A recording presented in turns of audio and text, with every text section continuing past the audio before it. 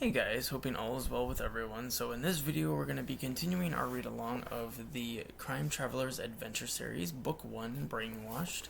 And today we're going to be continuing with Chapter 32. I hope you guys are all doing well, and I hope you enjoy the read today. Chapter 32. Notre Dame is Our Lady? Holding Gini tightly, Astrid trotted up behind the group. "I'm coming with," she said. Astrid seemed to be trying extra hard to understand what was going on. She was always smart in school, but dealing with unreasonable people at the good company had confused her. "Sorry," said Astrid. "I'm just a logical person, I guess. I like empirical evidence to make decisions, not gut reactions."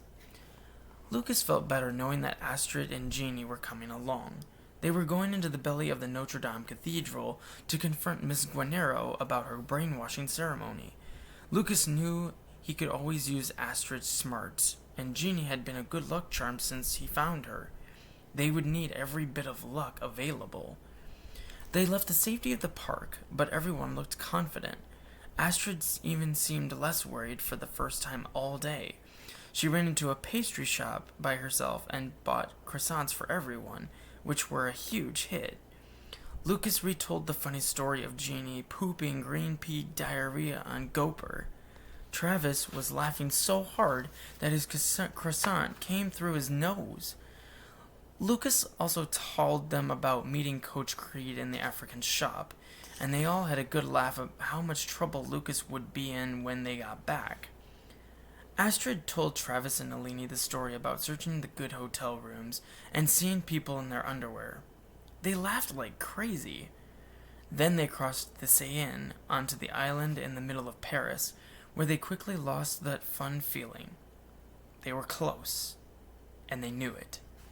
The back streets had a distinct smell of water. Lucas's mind swirled with ideas of how to re-kidnap Jackknife, but none of his plans seemed any good. The river made him think of a getaway by boat, but he didn't have a boat, and swimming in dark river water scared him to death. They crossed another bridge onto the next island. They crept through the shadows of the famous flying buttresses, which, like giant arms, held up the walls of the 800-year-old Notre Dame Cathedral. In his mind, there was a tiny flicker where Lucas considered running away from everything. A voice in the back of his mind called out and pushed him to focus, and not on himself. He wondered how Jackknife might feel at this very moment. His Brazilian friend had been alone for a long time, and could be very well be on his way to having his brain washed of all its memories. It was possible that Jackknife's brain had already been washed, and he wouldn't even recognize Lucas or any of the others. No old friends, no memories of soccer in the hotel lobby, no broken vases. He would start telling everyone he was from Rafish, Karuk, and they would be enemies. Lucas couldn't bear the thought of it. They came to the stone plaza in front of the cathedral, and there the nightmare called the good company got worse. Lucas spotted something odd on the left bank. The traffic became uneven and almost confused. Miss Guennero rode on the back of Charles Magnus's motorcycle. The pink poodle's head was poking out of the side basket, its tongue flapping in the wind. From the left bank, they crossed the Petit Pont, going the wrong way on a one-way bridge. Cars and delivery trucks pulled to the side as the motorcycle split the traffic. Magnus parked the motorcycle on the plaza in front of the cathedral doors. In a flash, Miss Guennero and the poodle rushed through the front doors of the Notre Dame Cathedral. A Guennero sighting confirmed the fact that something bad was about to definitely go down. Astrid led the others through a side door to the church. There, Travis seemed to know what to do. He dipped his hand in the marble font of holy water and made the sign of the cross. They all copied Travis. Beams of sunlight streamed through stained glass windows and bathed the cavernous cathedral in a color of cool blue light. Tourists shuffled around, staring at tombs and statues and praying silently in pews. A small classical band was setting up for practice in the south transept, and the organ piped in echoes of a medieval music. 4 Curukians entered the cathedral. The boys dipped their hands in the holy water and then started flinging it on each other. Lucas and the others followed Astrid down the side aisle toward the front. They stopped when they saw someone who could surely help them. A priest entered from the dressing quarters wearing a long black robe. He curved behind the main altar and stood in the choir chapel. He straightened his vestments, and then he seemed to signal to the 4 Curukians. The boys marched down the nave, weaving around towards crowds. They cut behind the altar and cordoned of the whole choir section with a red velvet rope. At the top of each brass pole there was a sign written in at least 20 languages. Quiet. Service in progress. The Curukians entered this blocked-off area and got onto the kneelers encircling the minister. The priest then leaned over to speak with the boys. A white fog rose from the robe's hem. "Oh no," Astrid said. Gini repeated, "Oh no."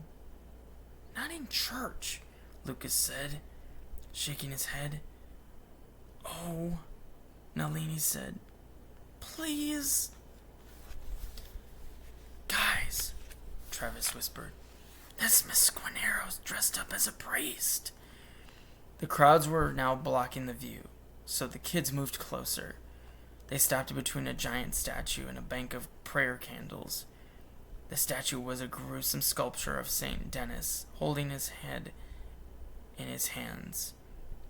Nalini glanced at the statue, and then at Miss Guennero. "This is simply too weird for me." "I've read about this," said Travis. "Miss Guennero likes classical music for some of her ceremonies." "This is sacrilegious," said Astrid. Just then the organist began to play louder, and the music flooded the cathedral. "No," said Lucas. "This is perfect. For her. Remember what my dad said?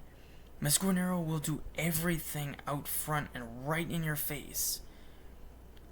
"I'm lighting a candle," said Astrid. She can put €1 in the coin slot and lit a prayer candle. "This is for Jackknife." Dressed as a priest, the CEO of the good company raised her arms in the air and spoke to the boys now kneeling before her. As she leaned forward, her robe spurted another cloud of smoke. "What is that?" Nalini seemed skeptical. Astrid shook her head. "She's got that fake Freon in her dress." "It's dry ice," said Travis. "It's not fake Freon." From the rope around her waist, Miss Guennero pulled 4 envelopes and gave one to each boy. She stretched a smile across her tight lips and clapped her hands once. The boys rose obediently, then marched around the velvet rope and down the center of the cathedral.